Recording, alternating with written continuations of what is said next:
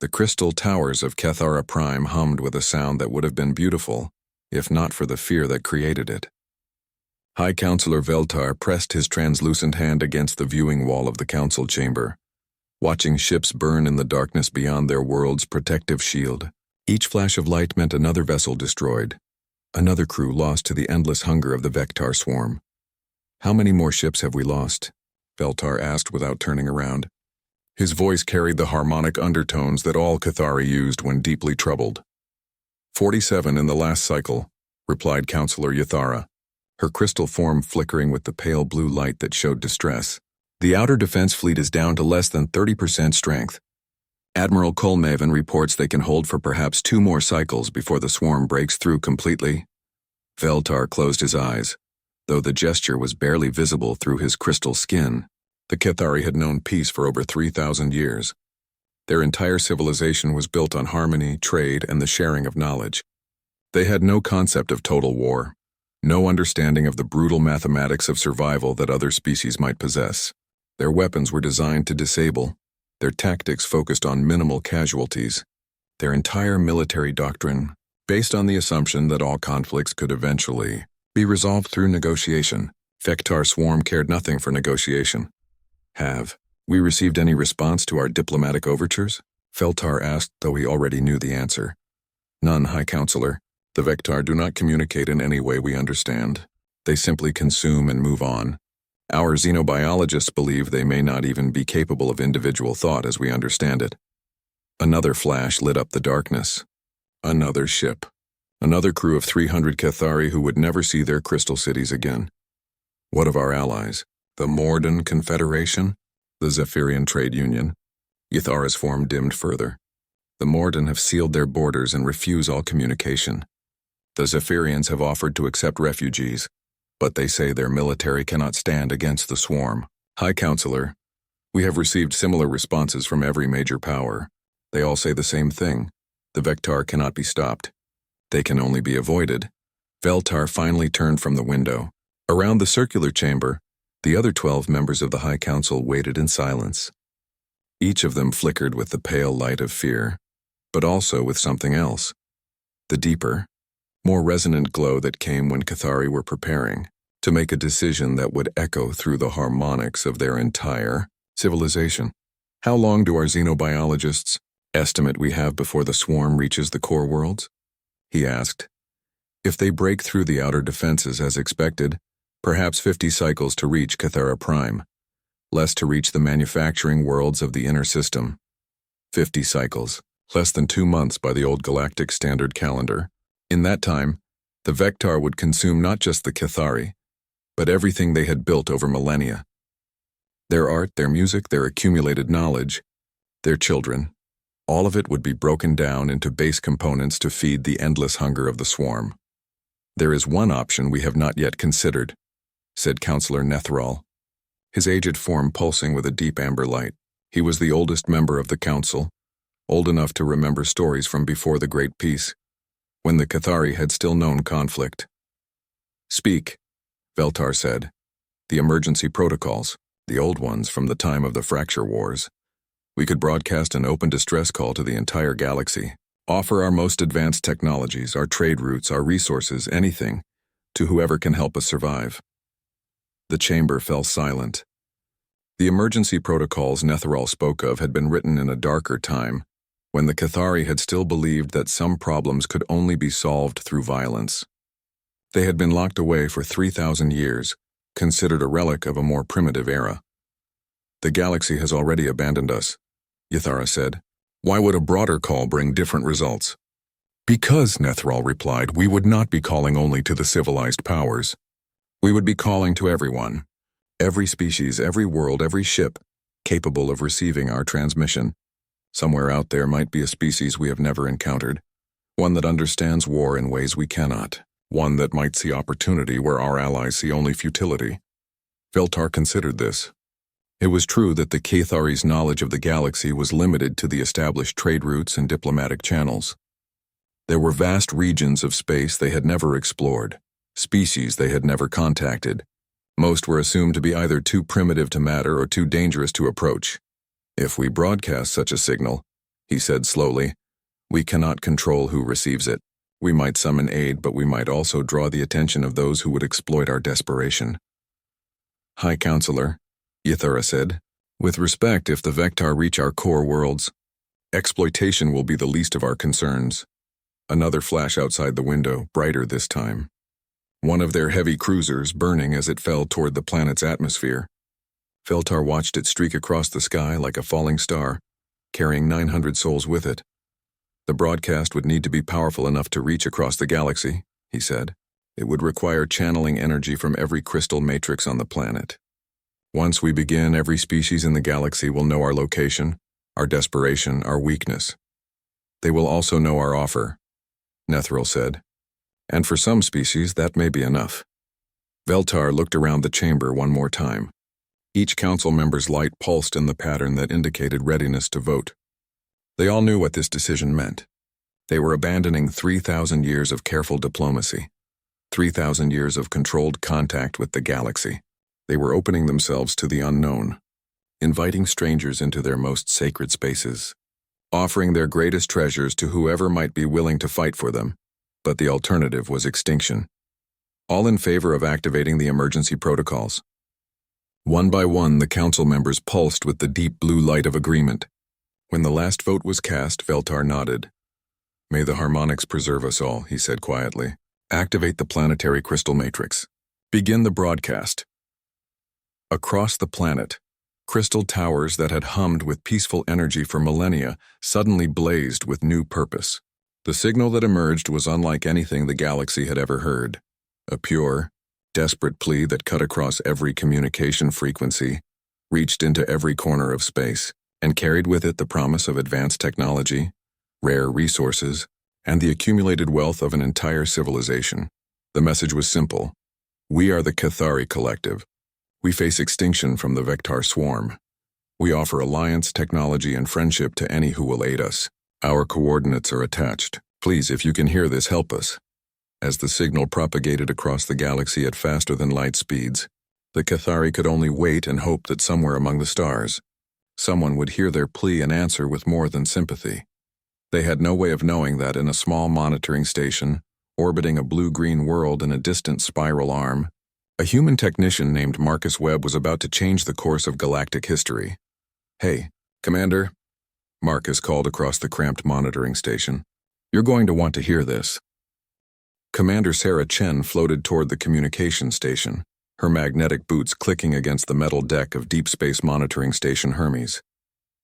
The station orbited Earth's moon, far enough out to avoid interference but close enough to maintain real-time contact with Earth Fleet Command. It was a quiet posting, usually monitoring cosmic background radiation and the occasional merchant vessel entering the Sol system. What have you got, Webb? Sarah asked, pulling herself into the chair next to Marcus. The young technician's face was pale, his eyes wide as he stared at the scrolling data on his screen. Commander, I've never seen anything like this. It's a transmission from outside our local cluster, way outside. The signal strength suggests it was broadcast with enough power to reach half the galaxy. Sarah frowned.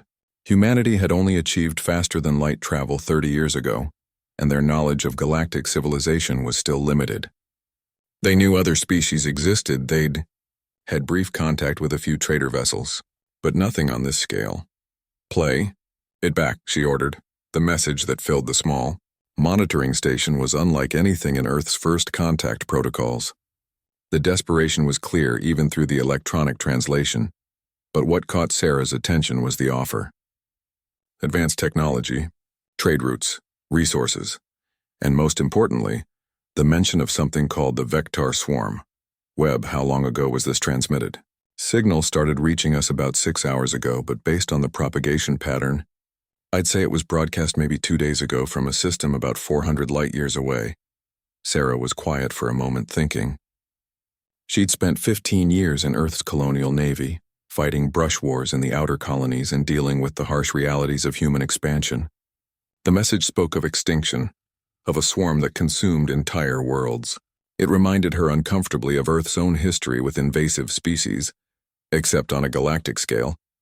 Webb, compile everything we know about this transmission and send it directly to Admiral Harrison at Fleet Command, Market Priority 1. Yes, ma'am. But Commander, what do you think Earth Fleet will do about it? Sarah looked out through the station's viewport at the blue marble of Earth hanging in the distance. Humanity was still young on the galactic stage, still building their first real warship, still learning what it meant to be a spacefaring species. But they had one advantage that most species seemed to lack. They understood war. I think, Sarah said slowly, that Earth Fleet is going to be very interested in this opportunity. 3 days later, Admiral James Harrison stood before the emergency session of the Earth Defense Council, the transmission from the Cathari playing for the 5th time. Around the table sat representatives from every major Earth nation, along with the military leadership of Earth Fleet. Ladies and gentlemen, Harrison said as the message ended, this represents exactly what we've been waiting for.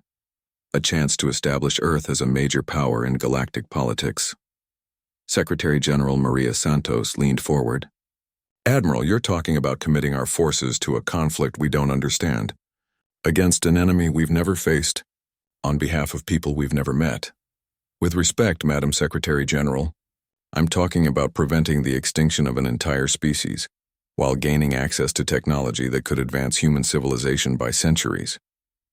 The Cathari are offering us their complete technological database in exchange for military assistance. Defense. Minister Chen Zhao studied the tactical display showing the limited information they had about Cathari space. What do we know about this Vectar swarm? Admiral Harrison nodded to his intelligence chief, Colonel Rebecca Morgan. Based on our analysis of the transmission and what little intelligence we've gathered from other sources, the Vectar swarm appears to be a hive-minded species that reproduces by consuming the biological and technological resources of other civilizations. They've been expanding across the galaxy for at least 200 years, and no species has successfully stopped them. No species has successfully stopped them yet, Harrison corrected, but no species has fought them the way humans fight. The room fell silent. Everyone present knew what Harrison meant. Humanity's expansion into space had been marked by conflicts that would have horrified most galactic civilizations.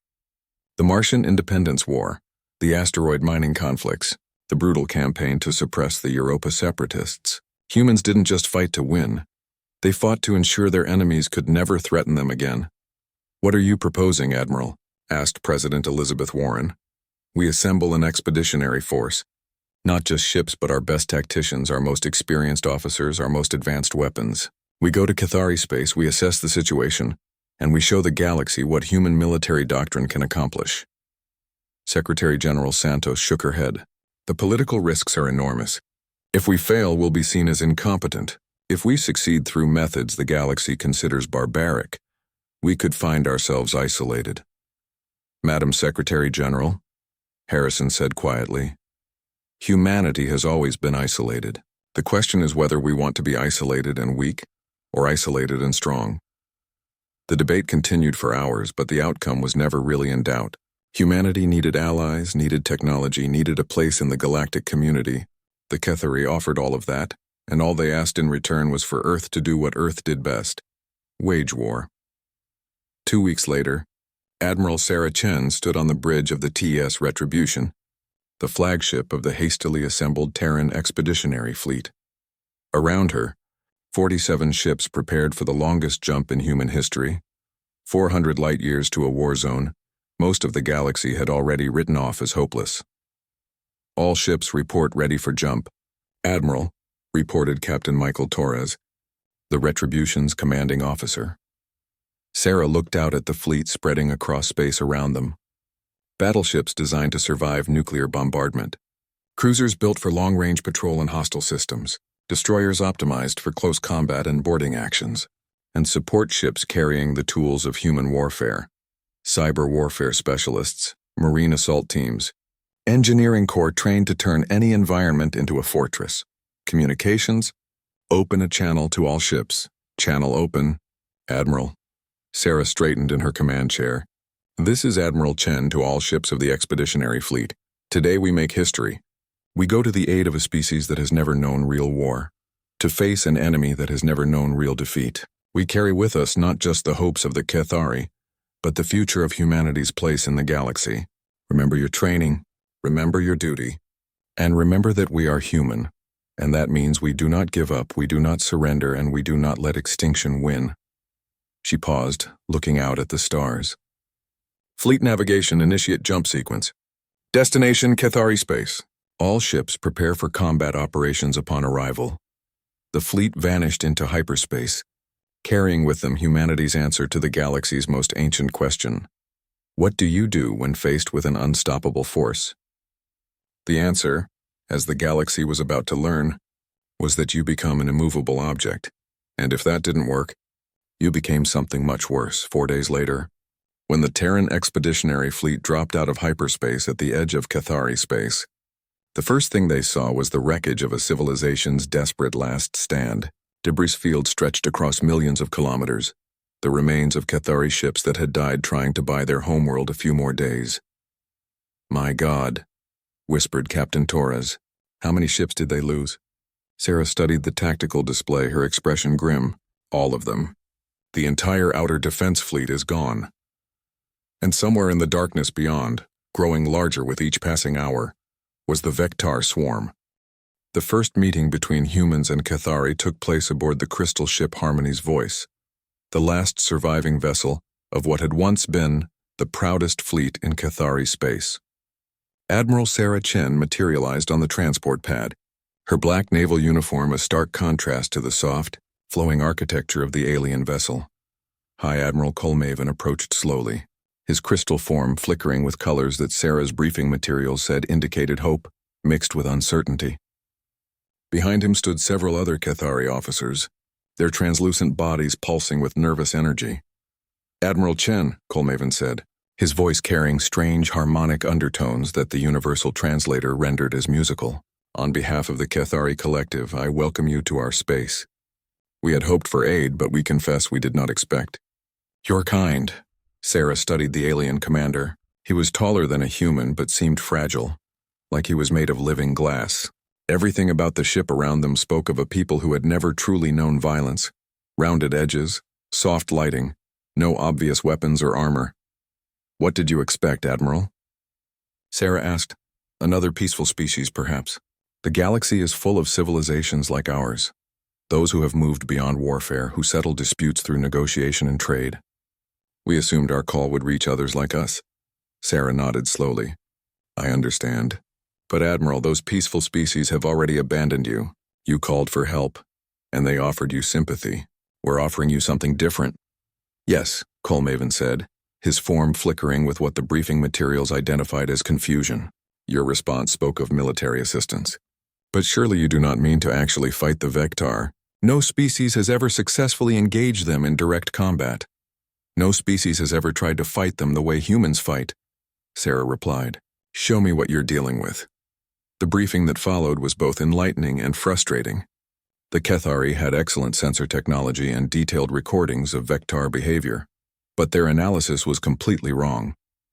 They saw the swarm as an unstoppable natural disaster, like a cosmic storm that simply had to be endured. They had no understanding of the swarm's weaknesses, no concept of how to disrupt their operations, no grasp of the psychological warfare that could break even a hive mind. You see, Colmaven explained as holographic displays showed Vectar ships consuming a mining station. They reproduce by breaking down other technologies and life forms. Each world they consume makes them stronger, more numerous. This is why they cannot be stopped. Victory only feeds their growth. Sarah studied the recordings with a tactical officer's eye.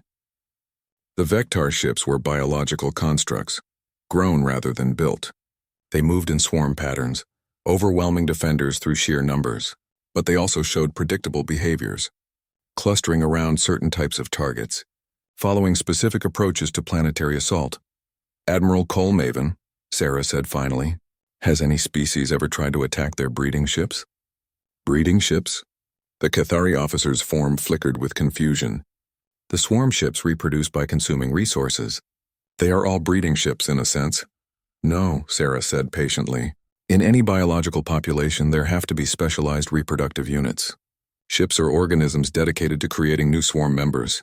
They'd be larger, less maneuverable, and probably heavily defended because they're irreplaceable. The silence that followed told Sarah everything she needed to know.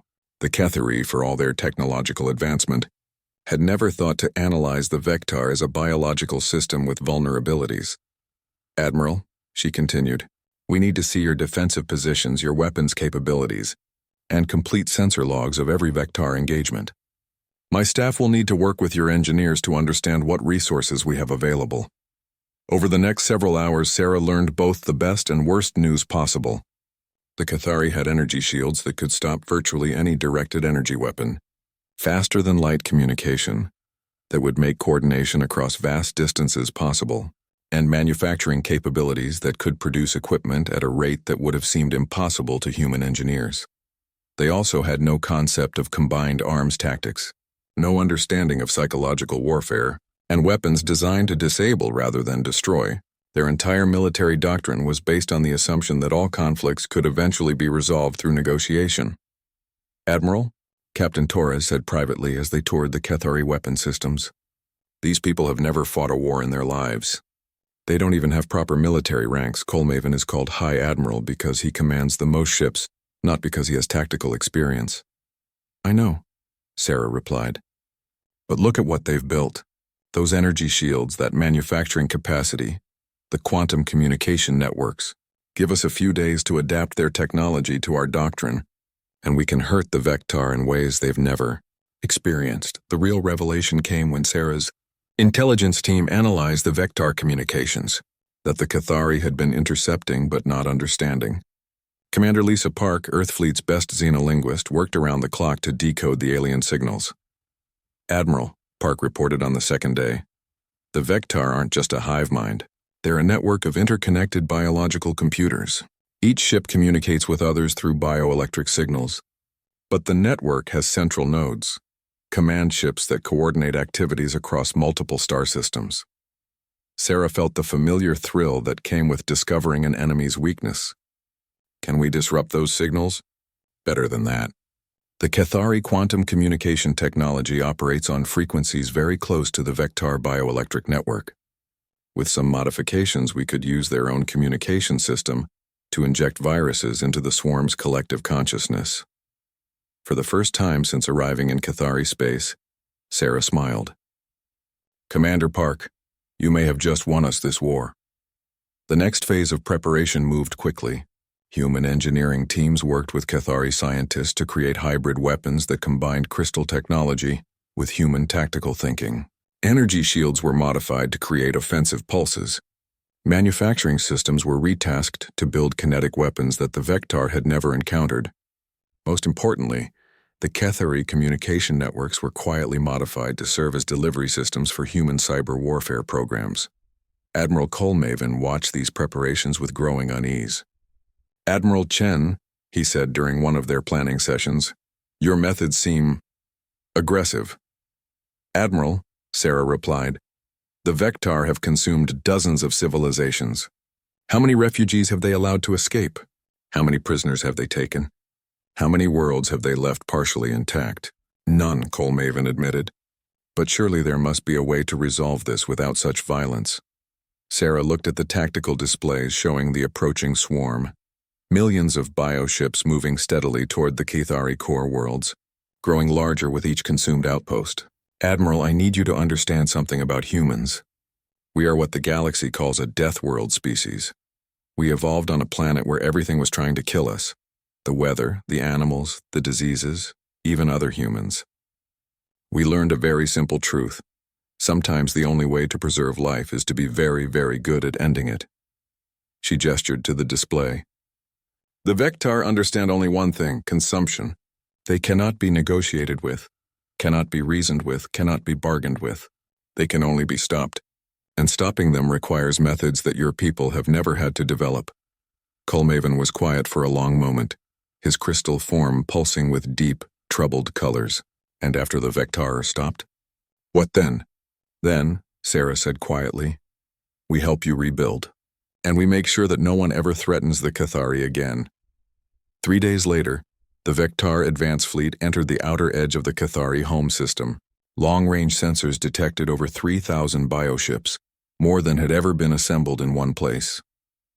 Against them stood the Terran Expeditionary Fleet, 47 ships that most galactic civilizations would have considered a minor patrol force. But as the Vectar began their final approach toward Cathara Prime, they encountered something they had never faced before, an enemy that had spent its entire evolutionary history learning how to kill efficiently. The war for the Cathari civilization was about to begin. The first shots of the war were fired not by ships, but by information. Commander Lisa Park sat in the modified communication center aboard the TES Retribution, her fingers dancing across controls that combined human cyber warfare techniques with Cathari quantum technology. Around her, screens displayed the approaching Vectar fleet, 3,000 bioships moving in perfect formation, their collective consciousness coordinating every movement through bioelectric signals. "Admiral," Park reported to Sarah Chen, "I'm detecting the command frequency. The swarm's central coordination node is in that cluster of larger ships near the center of their formation. Can you inject the virus? Already working on it. The Cathari quantum communication array is amplifying our signal. In 3, 2, 1. Uploading now." Across space, invisible data streams pierced the Vectar bioelectric network. The virus was simple but devastating. Instead of coordinating movement, the infected nodes began broadcasting contradictory orders. Ships that should have been maintaining formation suddenly broke away. Attack patterns dissolved into chaos. For the first time in their existence, the Vectar experienced confusion. "Direct hit," Park announced. 30% of their fleet is experiencing coordination failures." Sarah nodded grimly. It was a good start, but she knew it wouldn't last long. The Vectar hive mind would adapt, isolate the infected nodes, and restore order within hours. But those hours would give the human fleet the opening they needed. "All ships," Sarah broadcast, "initiate attack pattern Gamma. Target the breeding ships." The Terran expeditionary fleet moved forward in formation that would have seemed suicidal to any other species. Instead of spreading out to minimize losses, the human ships concentrated their firepower, punching through the disorganized Vectar formation like a spear thrust. Captain Michael Torres, commanding the heavy cruiser Tess Moscow, led the charge. His ship's kinetic weapons, mass drivers that fired depleted uranium shells at significant fractions of light speed, tore through Vectar bioarmor like it was paper. Behind him, the destroyer squadron followed, their torpedo bays loaded with nuclear warheads modified with Cathari energy technology. "Target acquired," Torres reported. "Massive bioship, approximately 8 kilometers long, minimal armament but heavy defensive screening. Definite breeding ship configuration. Take it out," Sarah ordered. The Moscow's main gun spoke, and the Vectar breeding ship died in nuclear fire. But more importantly, its death sent shockwaves through the hive mind's collective consciousness. Suddenly, for the first time in their expansion across the galaxy, the Vectar realized they could lose something irreplaceable. Panic spread through the swarm faster than the cyber virus ever could. Aboard the Cathari command ship, Admiral Colmaven watched the battle displays with a mixture of fascination and horror. "They're targeting the reproductive vessels," he said to his staff. "How did they know which ships served that function?" "The humans think differently than we do," replied Science Coordinator Yelnara. "They analyze everything as a biological system first, a technological one second. They see patterns that we miss. On the displays, human ships were doing things that violated every principle of galactic warfare. Instead of engaging the Vectar fleet directly, they were using hit-and-run tactics, striking at specific targets and then withdrawing before the swarm could respond. When Vectar ships tried to pursue, they found themselves flying into carefully prepared kill zones where human destroyers waited with nuclear torpedoes. "Admiral Colmaven," came a transmission from Admiral Chen, "we need your ships to begin Phase 2 operations." "Phase 2? Use your energy shields to corral the smaller Vectar ships into the asteroid belt. We've prepared some surprises for them there." Colmaven hesitated. The human plan required using Cathari vessels as bait, deliberately exposing them to attack in order to lure the swarm into a trap. It went against every instinct of his people. But as he watched another human destroyer sacrifice itself to take out a Vectar command node, he realized that the humans were already paying a price his people had never been willing to pay. "All Cathari vessels," he ordered, "begin herding operations. Drive the swarm toward the asteroid belt." What followed was unlike anything in the recorded history of galactic warfare. The Cathari ships, protected by their powerful energy shields, flew directly at Vectar formations, forcing the bioships to either engage or retreat. When the swarm chose to engage, they found themselves being led deeper into the asteroid field, where human engineering teams had been working around the clock. Major Elena Vasquez, leading the 3rd Marine Engineering Battalion, had spent 3 days turning asteroids into weapons. "We've got motion sensors on every rock bigger than a shuttle," she reported to Admiral Chen. "When the swarm enters the field, we trigger the charges." "How many charges, Major?" "Approximately 15,000 nuclear devices, Admiral. We basically turned the entire asteroid belt into a minefield." The trap was perfect. As Vectar ships pursued the retreating Cathari vessels, they found themselves surrounded by what appeared to be ordinary space rocks. When the sensors detected the bioship's approach, the asteroids exploded in a chain reaction that turned millions of cubic kilometers of space into a nuclear inferno. Over 800 Vectar ships died in the first few seconds, but the humans weren't finished. As the surviving swarm ships tried to retreat from the asteroid field, they ran straight into the second part of the trap. Human cyber warfare specialists had used the chaos to inject new viruses into the Vectar communication network. Viruses designed not to confuse but to terrify. For a hive mind that had never known fear, the experience was devastating. Suddenly, individual ships began breaking away from the swarm, their bioelectric systems overwhelmed by programmed panic responses. Some ships began attacking each other. Others simply fled toward empty space, their navigation systems corrupted by false data. "Admiral," Commander Park reported, "the swarm's collective consciousness is fragmenting. They're experiencing something like a nervous breakdown." Sarah watched the tactical displays as the once mighty Vectar fleet dissolved into chaos. But she knew the war wasn't over yet. The swarm might be broken, but individual ships were still dangerous, and there were other Vectar fleets scattered across the galaxy. "Captain Torres," she ordered, "begin boarding operations on any intact Vectar vessels. I want to know everything about their technology, their biology, and their home systems." The boarding operations that followed would have horrified most galactic civilizations. Human Marines trained in the brutal realities of close-quarters combat fought their way through the organic corridors of Vectar ships with weapons designed to kill efficiently in confined spaces. They captured biocomputers, documented reproductive systems, and most importantly, extracted the location of Vectar staging areas. Lieutenant Colonel James Rodriguez, leading the assault on a crippled Vectar command ship, reported back with information that changed everything. "Admiral, we found their central database. The Vectar aren't just expanding randomly, they're systematically eliminating any species they identify as a potential threat. And Admiral, we're now at the top of their list." Sarah wasn't surprised.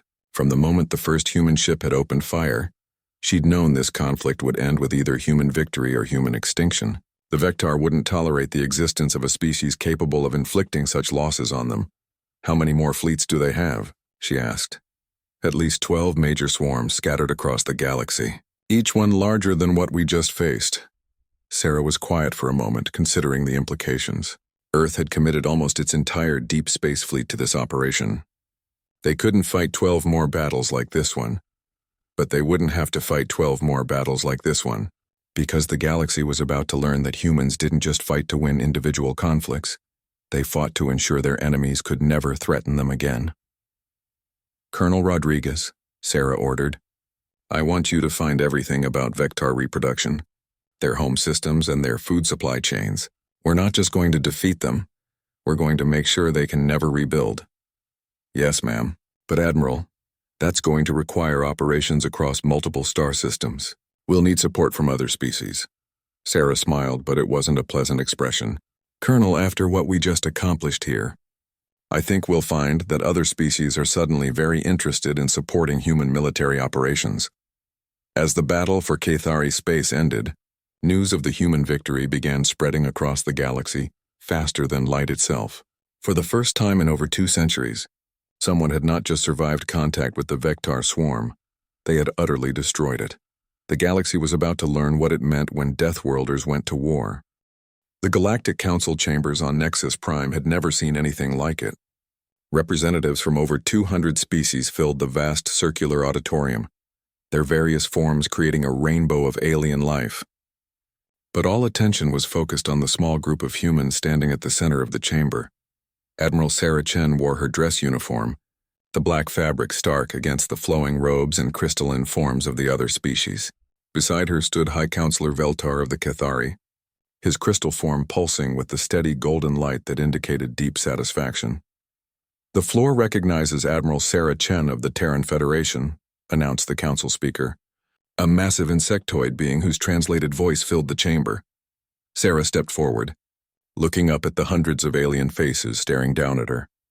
3 months ago, most of these species had never heard of humanity. Now they were watching Earth's representatives with expressions that ranged from awe to fear to barely concealed hostility. "Honored representatives," Sarah began, "I stand before you today to report the complete elimination of the Vectar swarm as a threat to galactic civilization." The chamber erupted in sounds that the translation systems struggled to process. Some species cheered, others made sounds of disbelief, and a few created harmonics that seemed to express deep unease.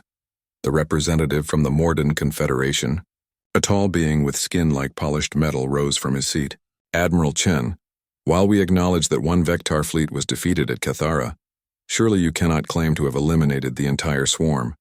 Intelligence reports suggest there were multiple fleets spread across the galaxy." Sarah's expression didn't change.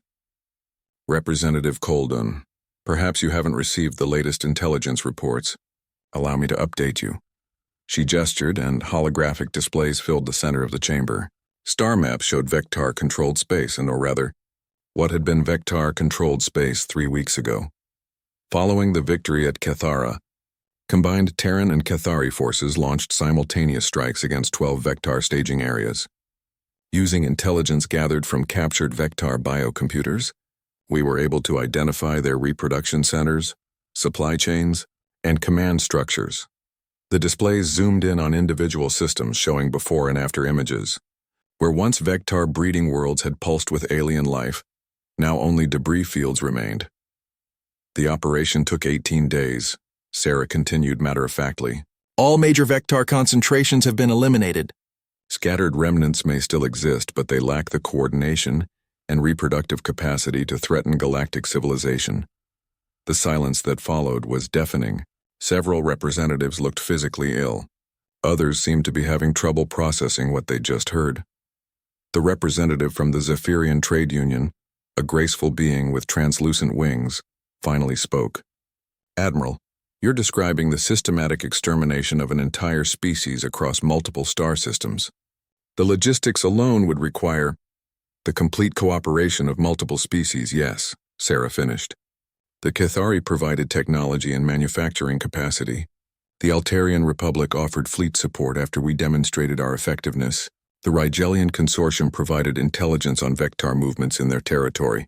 Even the Morden Confederation eventually contributed, though they were somewhat reluctant at first."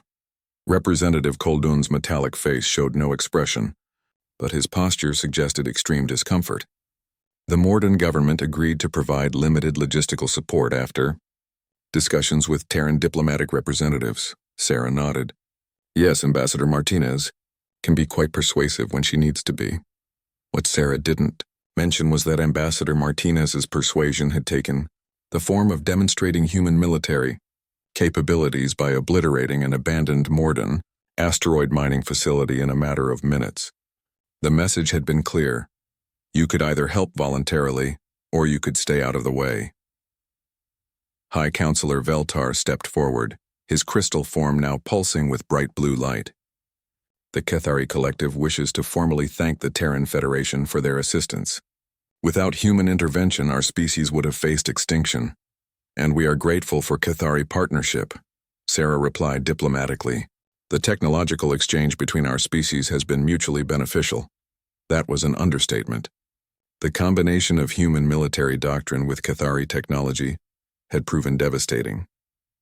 Energy shields that could be weaponized, quantum communication networks that could deliver cyber attacks across galactic distances, and manufacturing systems that could produce weapons at unprecedented speeds.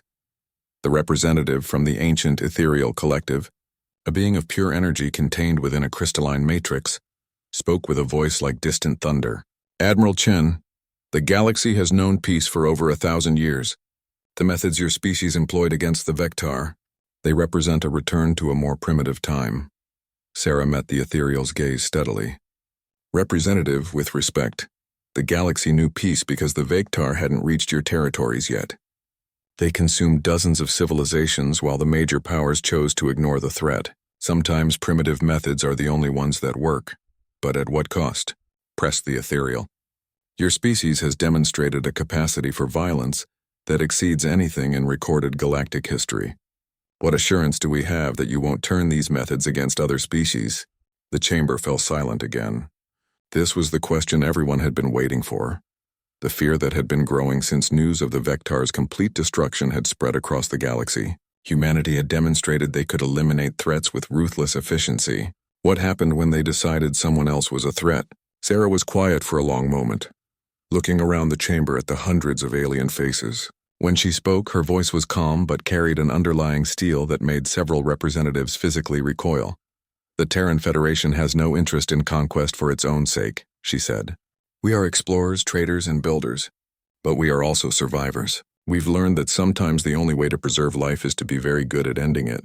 She paused, letting that sink in. The Vectar represented an existential threat to galactic civilization. They could not be reasoned with, negotiated with, or contained. They could only be stopped. So we stopped them. The representative from the Andromedian Empire, a tall humanoid with silver skin, leaned forward. And if another species becomes a threat, will you stop them as well? Sarah's smile was cold. Representative, I think you'll find that after witnessing what happened to the Vectar, very few species will choose to become existential threats to galactic civilization. The implied threat hung in the air like a physical presence. Several representatives shifted uncomfortably in their seats.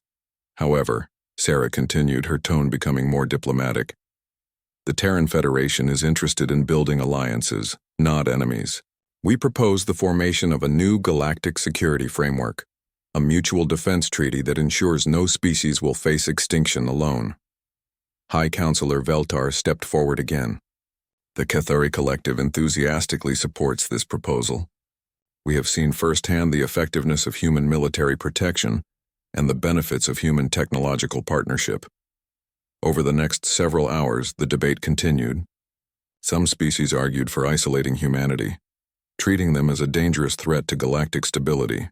Others, particularly those in regions where Vectar attacks had been heaviest, argued for embracing human protection. In the end, pragmatism won. The galaxy had spent 2 centuries helplessly watching the Vectar consume civilization after civilization. Now they were gone, eliminated by a species that most of the galaxy had never heard of 6 months ago. The final vote wasn't even close. The Galactic Defense Treaty passed with overwhelming support, establishing humanity as the primary military power in galactic civilization. As the session ended and the representatives began to file out, the Ethereal Collective's representative approached Sarah privately. Admiral, I hope you understand the responsibility you've taken on. The galaxy will be watching humanity very carefully. Sarah nodded. Representative, I hope you understand that humanity will be watching the galaxy very carefully as well. We've seen what happens when civilized species ignore existential threats. We won't make that mistake. 6 months later, Sarah stood on the observation deck of Earth's newest space station, positioned at the edge of the Sol system. Through the viewport, she could see ships from dozens of species coming and going. Traders, diplomats, scientists, all eager to work with the species that had accomplished the impossible. Admiral, came a voice behind her. She turned to see Captain Torres, now promoted to Commodore and commanding the Sol Defense Fleet. What is it, Michael? Long-range sensors are detecting some unusual activity in the Magellanic clouds. Could be nothing, but the energy signatures are familiar. Sarah frowned. Vectar? Possibly. Or something similar. The xenobiology team thinks it might be a related species. Maybe something the Vectar were running from. Sarah was quiet for a moment, looking out at the peaceful traffic around Earth. The galaxy had learned to respect human military power, but it had also learned to rely on it.